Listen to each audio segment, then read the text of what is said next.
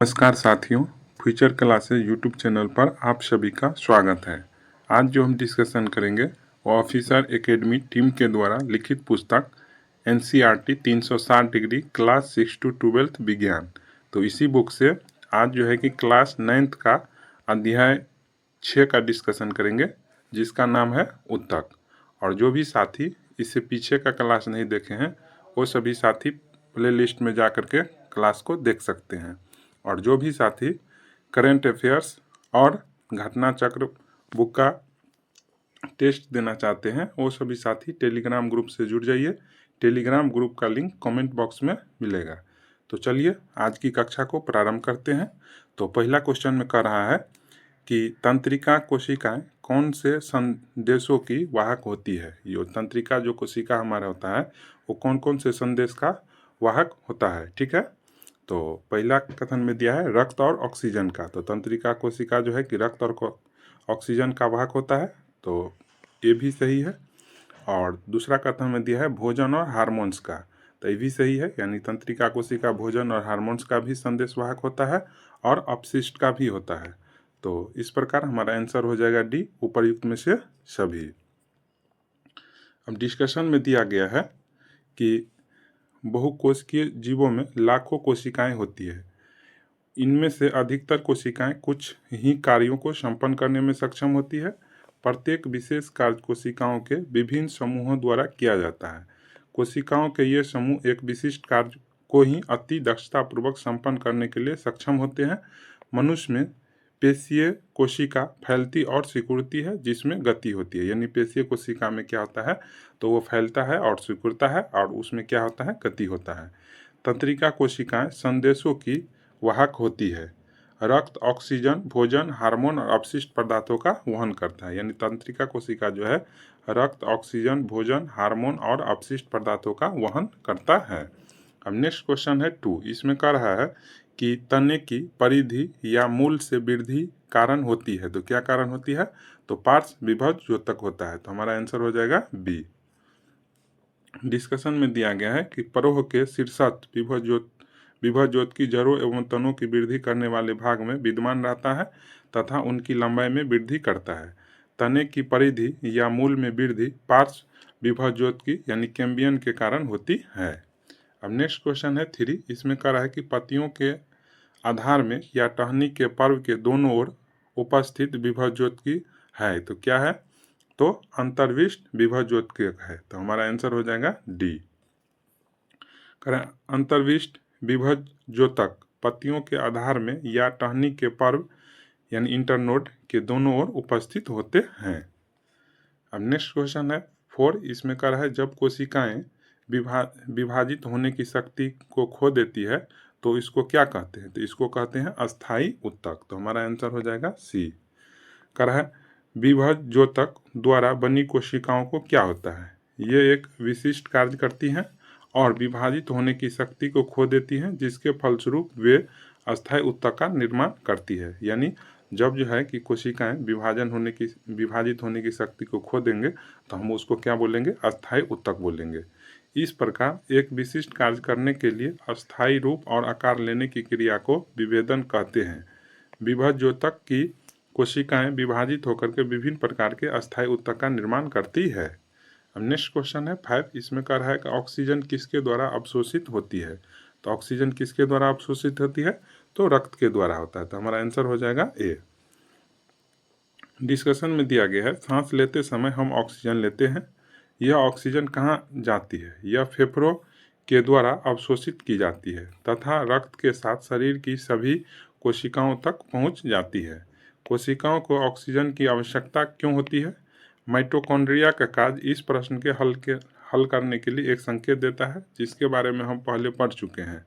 रक्त अपने साथ विभिन्न पदार्थों को शरीर में एक स्थान से दूसरे स्थान तक ले जाता है। उदाहरण के लिए यह भोजन और ऑक्सीजन को सभी कोशिकाओं तक पहुंचाता है। अब नेक्स्ट क्वेश्चन है 6। इसमें कह रहा है कि इनमें से कौन संयोजी उत्तक के उदाहरण है। तो संयोजी उत्तक का उदाहरण कौन सा है, तो रक्त है। तो हमारा आंसर हो जाएगा सी। कह रहा है रक्त और पेशियां दोनों ही हमारे शरीर में पाए जाने वाले उत्तकों के उदाहरण हैं। उनके कार्य के आधार पर हम विभिन्न प्रकार के जंतु ऊतक के बारे में विचार कर सकते हैं, जैसे कि एपिथेलियम ऊतक, संयोजी ऊतक, पेशीय ऊतक तथा तंत्रिका ऊतक। रक्त संयोजी ऊतक का प्रकार है तथा पेशीय ऊतक का, ठीक है। यानी रक्त जो है कि संयोजी ऊतक का उदाहरण है और पेशी जो है कि पेशीय ऊतक का उदाहरण है। अब नेक्स्ट क्वेश्चन है 7। इसमें कह रहा है कि जंतु के शरीर को ढकने या बाह्य रक्षा प्रदान करने वाले ऊतक है। तो कौन सा ऊतक है? तो एपिथेलियम ऊतक है। तो हमारा आंसर हो जाएगा ए। कह रहा है जंतु के शरीर को ढकने या बाह्य रक्षा प्रदान करने वाले ऊतक को हम एपिथेलियम ऊतक बोलते हैं, ठीक है। एपिथेलियम शरीर के अंदर स्थित बहुत से अंगों और गुहकों को ढकते हैं। ये भिन्न भिन्न प्रकार के शारीरिक तंतुओं को एक दूसरे से अलग करने के लिए अवरोध का निर्माण करते हैं। त्वचा, मुंह, आहार नली, रक्त वाहिनी नली का स्तर, फेफड़ों की कुपिकाएं, वृक्कीय नली आदि सभी एपिथेलियम ऊतक से बने हैं। यानी फेफड़ों की कुपिकाएं, वृक्कीय नली, त्वचा, मुंह, आहार नाल, रक्त वाहिनी, ये सभी जो है एपिथेलियम ऊतक से बने होते हैं। एपिथेलियम ऊतक की कोशिकाएं एक दूसरे से सटी होती है और ये एक अनवरत परत का निर्माण करती है। अब नेक्स्ट क्वेश्चन है 8। इसमें कह रहा है अस्थि किस ऊतक का उदाहरण है? तो अस्थि जो है कि संयोजी ऊतक का उदाहरण है। तो हमारा आंसर हो जाएगा डी। कह रहा है अस्थि संयोजी ऊतक का एक अनुदाहरण है। यह पंजर का निर्माण कर शरीर को आकार प्रदान करती है। यह मांसपेशियों को सहारा देती है और शरीर के मुख्य अंगों को सहारा देती है। यह ऊतक मजबूत और कठोर होती है। यानी संयोजी ऊतक जो है स्ट्रॉन्ग होता है और हार्ड होता है, ठीक है। अस्थि कोशिकाएं कठोर अधात्री में धंसी होती हैं जो कैल्शियम तथा फॉस्फेट से बनी होती है। यानी जो अस्थि की जो भी कोशिका है यानी बोन का जो भी सेल है वो जो है कि कैल्शियम और फॉस्फेट से मिलकर के बना होता है। अब नेक्स्ट क्वेश्चन है 9। इसमें कह रहा है कि दो अस्थियां आपस में एक दूसरे के साथ एक अनसंयोजी ऊतक से जुड़ी होती हैं जिसे कहते हैं, उसको क्या बोलते हैं? तो स्नायु बोलते हैं। तो हमारा आंसर हो जाएगा डी। कह रहा है दो अस्थियां आपस में एक दूसरे से एक अनसंयोजी ऊतक जिसे स्नायु यानी अस्थि बंधन तंतु कहते हैं से जुड़ी होती है। यह ऊतक बहुत लचीला एवं मजबूत होता है। यानी स्नायु ऊतक जो होता है बहुत ही लचीला और स्ट्रॉन्ग होता है। स्नायु में अधात्री बहुत कम होती है और अस्थियों को अस्थियों से जोड़ती है। एक अन्य प्रकार का संयोजी ऊतक कंडरा है जो अस्थियों को मांसपेशी से जोड़ता है। यानी अस्थि को मांसपेशी से जोड़ता है उस ऊतक को हम बोलते हैं कौन सा ऊतक? तो कंडरा बोलते हैं, उसको कंडरा बोलते हैं। यानी ये संयोजी ऊतक में ही आता है। कंडरा जो है मजबूत तथा सीमित लचीलेपन वाले रेशेदार ऊतक होते हैं। अब नेक्स्ट क्वेश्चन है 10। इसमें कह रहा है कि उपास्थि कहाँ उपस्थित नहीं होती है? तो कहाँ पर जो है वो उपस्थित नहीं होता है? तो रक्त में नहीं होता है। तो हमारा आंसर हो जाएगा डी। डिस्कशन में दिया गया है कि उपास्थि एक अन्य प्रकार का संयोजी ऊतक होता है जिसमें कोशिकाओं के बीच पर्याप्त स्थान होता है। इसकी ठोस अधात्री प्रोटीन और शर्करा की बनी होती है। यह अस्थियों के जोड़ों को चिकना बनाती है। उपास्थि नाक, कान, कंठ और श्वास नली में उपस्थित होती है। यानी उपास्थि जो है नाक में, कान में, कंठ में और श्वास नली में उपस्थित होता है। हम कान की उपास्थि को मोड़ सकते हैं परंतु हाथ की अस्थि को नहीं।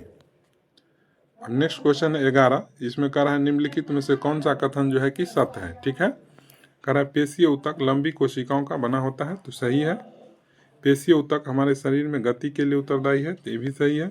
कुछ पेशीय ऊतक को हम इच्छा अनुसार गति करा सकते हैं। तो ये भी सही है। तो हमारा आंसर हो जाएगा डी, ठीक है। अब डिस्कशन में दिया गया है कि पेशी ऊतक लंबी कोशिकाओं का बना होता है जिसे पेशीय रेशा भी कहा जाता है। यह हमारे शरीर में गति के लिए उत्तरदायी है।